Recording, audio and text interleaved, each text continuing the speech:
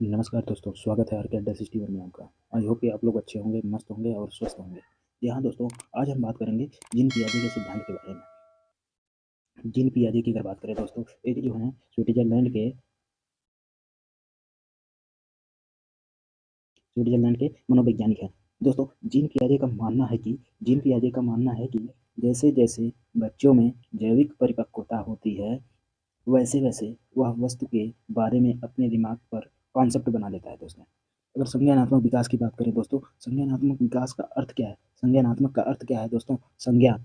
संज्ञान जो है हमारा संज्ञान संज्ञान का मतलब है होता है हमारा बुद्धि या समझ। समझ, ठीक है दोस्तों, बुद्धि या समझ होता है। मतलब संज्ञानात्मक विकास वह होता है जब बालक सोचने लगता है, तर्क करने लगता है। उसका जो मानसिक विकास होता है वही हमारा संज्ञानात्मक विकास होता है दोस्तों। इसमें बालक की भाषा के साथ साथ इसके मस्तिष्क का भी विकास होता है। बालकों के मन में अनेक तरह के सवाल उठते हैं। जैसे बालक कोई वस्तु को देखता है तो वो सोचता है ये वस्तु कैसे बनी होगी, इसमें क्या क्या लगा होगा, उसके अकॉर्डिंग वो सवाल उसके मन में उठते हैं। ये मतलब किसी वस्तु जो है, वस्तु के बारे में वो जानना चाहता है, और जब वो जानने की कोशिश करेगा तो उसी के अकॉर्डिंग उसके मस्तिष्क का विकास होता है। इस दौरान मस्तिष्क पर बच्चा ज़्यादा बल देता है। बच्चा जिस चीज़ के बारे में जानना चाहता है तो उस पर ज़्यादा बल देगा, तो इससे जो होता है बच्चे के मस्तिष्क का विकास होता है, और इसके सोचने की और समझने की क्षमता जो होती है, इसी के अकॉर्डिंग संज्ञानात्मक विकास के अकॉर्डिंग बढ़ जाती है दोस्तों। दोस्तों, संज्ञानात्मक विकास की अगर अवधारणा की बात करें, कॉन्सेप्ट ऑफ कॉग्निटिव डेवलपमेंट की अगर बात करें, तो इसमें देखिए एक अनुकूलन होता है, हमारा अनुकूलन होता है जिसे एडाप्टेशन के नाम से जाना जाता है। अनुकूलन क्या होता है दोस्तों? अनुकूलन वह होता है जब कोई बालक वातावरण से अनुसार अपने आप को ढाल लेता है, वह अनुकूलन कहलाता है दोस्तों। इसकी प्रक्रिया दो होती है। इसकी दो प्रक्रिया होती हैं दोस्तों। नंबर एक जो होता है हमारा आत्मसातकरण होता है, नंबर दो जो होता है हमारा समायोजन होता है। आत्मसातकरण से सिमुलेशन। सिमुलेशन क्या होता है दोस्तों? आत्मसातकरण क्या होता है? जब बच्चा पूर्व ज्ञान को नए ज्ञान से जोड़ता है तो वह हमारा आत्मसातकरण होता है। मतलब जैसे बच्चों को जो होता है वो पहले से जो चीज़ों के बारे में जानते हैं। जैसे बच्चा देखता है एक कुत्ता है, कुत्ता वो सफ़ेद रंग का है, कुछ दिन बाद वह अपने क्या कहते हैं इलाके में, मतलब अपने अपने एरिया में बच्चा टहलता है तो एक काला कुत्ता दिखता है, उसके भी चार टांगे हैं, पूँछ हैं, और वो है क्या कहते हैं एक काला कुत्ता दिखता है। तो उसके बाद जब वो भौंकता है तो उसको देखने के बाद बच्चे के मन में ये आता है, कुत्ते सफ़ेद रंग के नहीं, अलग भी रंग के हो सकते हैं, काले भी हो सकते हैं, ठीक है, चितकबरे भी हो सकते हैं, अलग अलग प्रकार के हो सकते हैं। उसमें देखिए बच्चे के पूर्व ज्ञान में क्या था, वो कुत्ता को जानता था, लेकिन नया ज्ञान क्या हुआ हमारा? नया ज्ञान यह हुआ कि वो अलग रंग का देखा, अलग रंग, मतलब उसके मन में ये, उसके मस्तिष्क में ये विचार उठा कि कुत्ते एक ही रंग के नहीं होते हैं, कुत्ते के अनेक प्रकार में होते हैं। वही जो होगा हमारा आत्मसातकरण होगा। नंबर दो की अगर बात करें, समायोजन की बात, एकोमोडेशन। समायोजन क्या होता है दोस्तों? पूर्व ज्ञान में परिवर्तन करके वातावरण के साथ तालमेल बैठाना ही समायोजन होता है दोस्तों। मतलब जब बच्चा पूर्व ज्ञान अपने पहले ज्ञान से और क्या कहते हैं परिवर्तन करते हैं, बच्चे मतलब पर्यावरण के अकॉर्डिंग अपने ज्ञान में परिवर्तन करेंगे तो वही जो होता है उसके बीच में जो तालमेल बैठता है वही हमारा समायोजन होता है।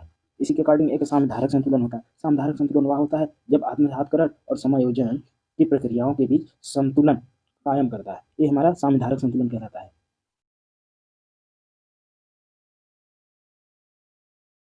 दोस्तों, स्कीमा स्कीमा की अगर बात करें, स्कीमा क्या होता है? मानव के दिमाग में जो चीज़ें पहले से स्टोर हों दोस्तों, स्टोर हों अर्थात स्थानांतरित हो, स्टोर होती हैं, वह उनका प्रयोग करके किसी विषय के प्रति एक धारणा बनाता है। वह हमारा स्कीमा कहलाता है। स्कीमा जो होता है बच्चे के माइंड में पहले ही स्टोर रहता है दोस्तों। और क्या कहते हैं, किसी परिस्थितियों को देखकर जब वह क्रिया करने लगता है, जब वह किसी विषय के प्रति धारणा बनाता है, उसे स्कीमा कहते हैं। जैसे मानव शिशु में स्कीमा प्रवृत्ति और प्रक्रिया जन्मजात होती है दोस्तों। ये स्कीमा होता है दोस्तों। और उसके बाद अगर बात करें संगठन की, ऑर्गेनाइजेशन की अगर बात करें, संगठन की बात करें, पियाजे के सिद्धांत में संज्ञानात्मक प्रणाली के लिए स्कीमाओं को पुनर्व्यवस्थित करना, उन्हें स्कीमाओं से जोड़ने को संगठन कहते हैं। मतलब दोस्तों संगठन वहाँ होता है जब मतलब बच्चा पुनर्व्यवस्थित क्रियाओं को करता है, उसको इसी में जोड़ देते हैं तो वह हमारा संगठन होता है। जिन्हें संज्ञानात्मक विकास की अवस्थाएं चार बताई है। आइए इस पर हम एक एक करके चर्चा करते हैं। संज्ञानात्मक विकास की अवस्थाएं में नंबर एक जो हमारा है संवेदी पेशी अवस्था, सेंसरी मोटर स्टेज। ये अवस्था जो होती है हमारी 0 से 2 वर्ष की अवस्था होती है। इसमें जो होता है बच्चा, इस अवस्था में बच्चा अपने ज्ञानेंद्रियों के माध्यम से सीखता है। मतलब बच्चा जो होता है किसी अगर किसी की बातचीत सुनना है तो वह कान से सुनता है, आँख से कोई वस्तु को देखता है, नाक से जो किसी चीज़ की गंध की सुनता है, गंध को सूंघता है। और जो होता है हमारा जीभ, जीभ की अगर बात करें, जीभ से किसी टेस्ट चेक करता है कि यह कैसा बना है, उसके टेस्ट का प्रयोग करता है। और उसके बाद त्वचा, त्वचा के यही 5 ज्ञानेंद्रियों के माध्यम से बच्चा इसमें सीखता है। इसमें वस्तु अस्थायित्व का गुण आ जाता है, मतलब बच्चों में वस्तु अस्थायित्व का गुण इस अवस्था में विकसित हो जाता है दोस्तों। यानी बच्चा अपने दिमाग में वस्तुओं की छाप बनाना शुरू कर देता है। और इस अवस्था में बच्चा छिपी हुई वस्तु को भी ढूंढ लेता है। जैसे मान लीजिए कोई चाबी हुआ, चाबी मान लीजिए बच्चे की मम्मी हुई या पापा हुए या भाई हुए, कोई वस्तु कहीं पे छिपा देते हैं तो बच्चे उसको देखा रहता है, तो उसको बाद में वह ढूंढ लेता है उसको। अगली अगर अवस्थाओं की बात करें तो नंबर 2 अवस्थाएं जो हमारी होती है पूर्व संक्रियात्मक अवस्था, प्री ऑपरेशनल स्टेज। यह अवस्था जो होती है हमारी 2 से 7 वर्ष की होती है। इस यह अवस्था जो होती है हमारी क्रिया करने की पहले अवस्था होती है, क्रिया करने से पहले अवस्था होती है। ठीक है दोस्तों? इसमें बच्चा जो होता है आने वाली चीज़ों को देख पाएगा, समझ पाएगा, लेकिन कोई प्रक्रिया नहीं कर पाएगा दोस्तों। ये पूर्व संक्रियात्मक अवस्था के अंतर्गत आता है। इस अवस्था में बच्चों में लक्ष्य निर्धारित व्यवहार की क्षमता आ जाती है दोस्तों। जीवात, जीवात की अगर बात करें, एनिमिज्म की बात करें, जब बच्चा सजीव और निर्जीव वस्तुओं में अंतर नहीं कर पाता है, मतलब इस अवस्था में बच्चा सजीव और निर्जीव वस्तुओं में अंतर नहीं कर पाता है, अहम केंद्रित होता है। बच्चा जो होता है इस अवस्था में अहम केंद्रित होता है, ईगो होता है, ईगोसेंट्रिक होता है। जब इस अवस्था में बच्चा सोचना शुरू कर देता है कि जो वह कर रहा है सब कुछ ठीक है, मतलब जो भी, मतलब इस अवस्था में बच्चा यह सोचता है, मतलब अहम केंद्रित होता है। वह जो भी कोई क्रियाएं करता है, जो भी मतलब कुछ भी करता है, कुछ भी सोचता है और उसके माध्यम से वो सब ठीक ही लगता है। आप इसी अवस्था में दोस्तों अपलटावी गुण विकसित नहीं होते हैं दोस्तों। अपलटावी गुण में मतलब इसमें बच्चा वस्तुओं और संख्याओं की समस्या में उलट-पुलट नहीं कर पाता है, उलट-पुलट नहीं कर पाता है। जैसे दोस्तों मान लीजिए, मतलब इसमें उल्टना-पलटना नहीं सीख पाता है दोस्तों। जैसे मान लीजिए 10 और 12 है, 10 और 12 को जोड़ेंगे कितना होगा? 22 होगा ना? 22 होगा और बच्चे से वही सवाल पूछ दिया जाएगा 12 + 10 कितना होगा? तो वह नहीं बता पाएगा। ये अपलटावी गुण के अंतर्गत आएगा दोस्तों, ठीक है? केंद्रीकरण क्या होता है दोस्तों? एक बच्चे के अंदर में एक समय में जो किसी वस्तु की केवल एक विशेषताओं पर ध्यान दे पाने की प्रवृत्ति केंद्रीकरण कहते हैं। मतलब बच्चा इसमें जो होता है, इसमें बच्चा होता है एक एक समय में एक ही वस्तु पर केंद्र कर पाता है, एक ही वस्तु पर वो केंद्रित कर पाता है। यही हमारा जो होगा केंद्रीकरण होता है। और इसी अवस्था के अंतर्गत संरक्षण, कन्वर्जेशन, कन्वर्जेशन में क्या होता है, इसमें अगर बच्चे को कोई वस्तु दिखा दिया जाए शेप और साइज में, मतलब वो अंतर नहीं कर पाता है दोस्तों। और मान लीजिए जैसे बच्चों को एक गिलास में बराबर पानी भरा है, एक गिलास पतला है, वह बड़ा है, ठीक है, लंबा है, और दूसरा गिलास चौड़ा है, इसमें भी पानी, दोनों में पानी भी भरा जाए तो बच्चा पहले जो होता है, बच्चा पहले पहले बड़ा गिलास को उठाएगा। बड़ा गिलास को क्यों उठाता है? क्योंकि उसको जो होता है इसमें शेप और साइज के बारे में नहीं पता चलता है। इसमें जो होता है जल, अगर बात करें, जल की सामान्य मात्रा होती है, जबकि एक गिलास जो हमारा है चौड़ा है, एक गिलास जो है हमारा लंबा है। दोनों में समान रूप से जल है, लेकिन दोनों गिलास में से बच्चा पहले बड़े गिलास को उठाएगा, क्योंकि इस अवस्था में संरक्षण वही होता है दोस्तों जिसमें बच्चा शेप साइज को नहीं पहचान पाता है। क्रमबद्धता, क्रमबद्धता जो होता है, सीरियसन, अगर इसकी बात करें, इसमें जो होता है बच्चा वस्तुओं, तथ्यों, उनके आकार में रखना नहीं सीख पाता है। जैसे बच्चों को मान लीजिए कोई भी छोटा-बड़ा कोई भी दे दिया जाए, जैसे ऐसे-ऐसे दे दिया जाए, कोई भी वस्तु दे दिया है, उसको वह क्रमबद्ध रखने के लिए बच्चा को अगर कह दिया जाए, तो वह रखता तो है, वो कार्य करेगा, लेकिन उसे इसमें पता नहीं चलेगा पहले कौन-सा रखें, पहले छोटा रखें कि बड़ा रखें। उसमें जो होता है रखने में वह नहीं कर पाता है दोस्तों, वह नहीं सीख पाता है। क्रमबद्धता में वह नहीं सीख पाता है कि पहले बड़े रखें, बड़ा रखा जाए या छोटा रखा जाए। वो सीरियसन तो लगाता है, लेकिन छोटा-बड़ा, जैसे छोटे से शुरुआत किया, पहले छोटा रखा, उसके बाद एकदम बड़ा रख देगा, फिर छोटा रख देगा, फिर बड़ा रख देगा। ऐसे मतलब सीनियरिटी से रखेगा, पर जानते हैं उसमें जो होता है क्वालिटी के हिसाब से, जैसे आकार जो होगा, आकार के अकॉर्डिंग नहीं रख पाता है। इस क्लास के सिद्धांत में अगर तीसरे नंबर 3 अवस्थाओं में नंबर 3 की बात करें, मूर्त संक्रियात्मक अवस्था की बात करें, ऑन ग्रेड ऑपरेशनल स्टेज, ये अवस्था जो होती है हमारी 7 वर्ष से 11 वर्ष की अवस्था होती है।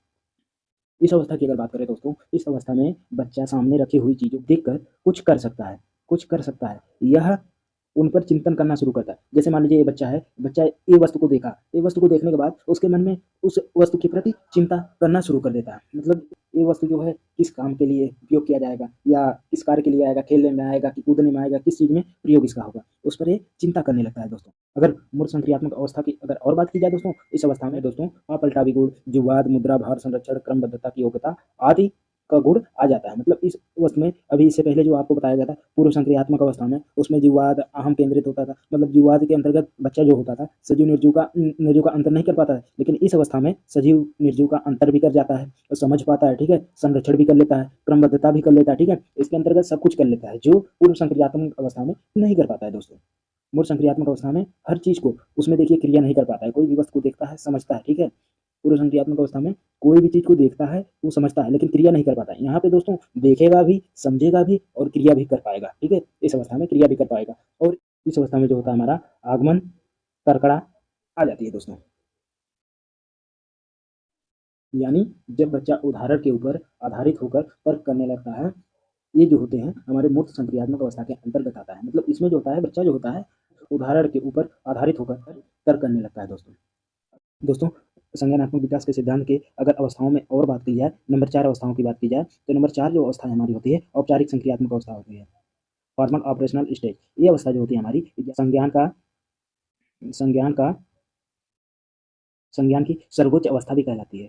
इसमें बच्चा अमूर्त चिंतन करने का क्या करता है, अमूर्त चिंतन कर लेता है। मूर्त में देखिए देखता है, समझता है, सब कुछ क्रिया कर लेता है। यहाँ पे जो होता है, यहाँ पे जो होता है मतलब वह अमूर्त चिंतन कर लेता है। मतलब जो वस्तुओं को नहीं देख पाता है उनका भी चिंतन करने लगता है बच्चा। और इस अवस्था में निगमनात्मक तर्कड़ा करने लगता है बच्चा। इसमें नियमों के ऊपर तर्क करने लगता है। मतलब देखिए अभी इसके पहले जो हमारी थी मूर्त संक्रियात्मक अवस्था थी, उसमें जो होता है बच्चे में आगमनात्मक आगमनात्मक तर्कड़ा उत्पन्न होती थी, आगमनात्मक तर्कड़ा आ जाती थी। वहाँ पे मतलब बच्चा जो होता है उदाहरण के ऊपर आधारित होकर तर्क करने लगता था। और यहाँ पे जो है हमारा औपचारिक संक्रियात्मक अवस्था में, यहाँ पे तो मूर्त अमूर्त अमूर्त चिंतन करना लगता है, अमूर्त चिंतन करता है और नियमों से उदाहरण पर निर्भर होता है।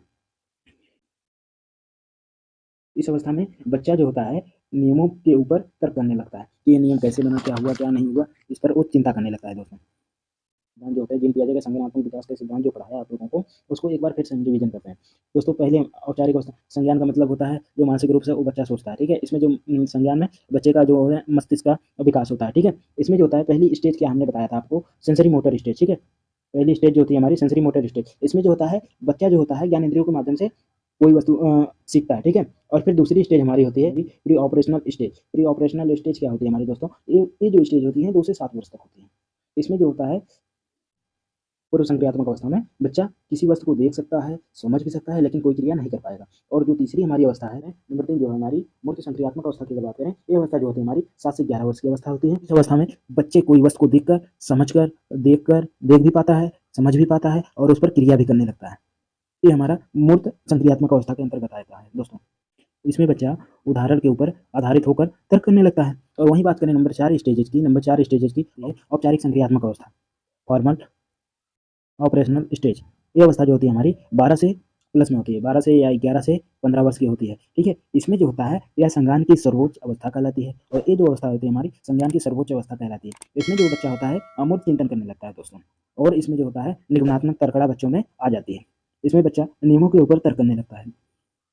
आई होप कि आपको यह क्लास अच्छी लगी होगी दोस्तों। यदि हमारे चैनल पर आप नए हैं तो चैनल को सब्सक्राइब करें, वीडियो को लाइक करें, साथ ही शेयर करें। थैंक यू दोस्तों।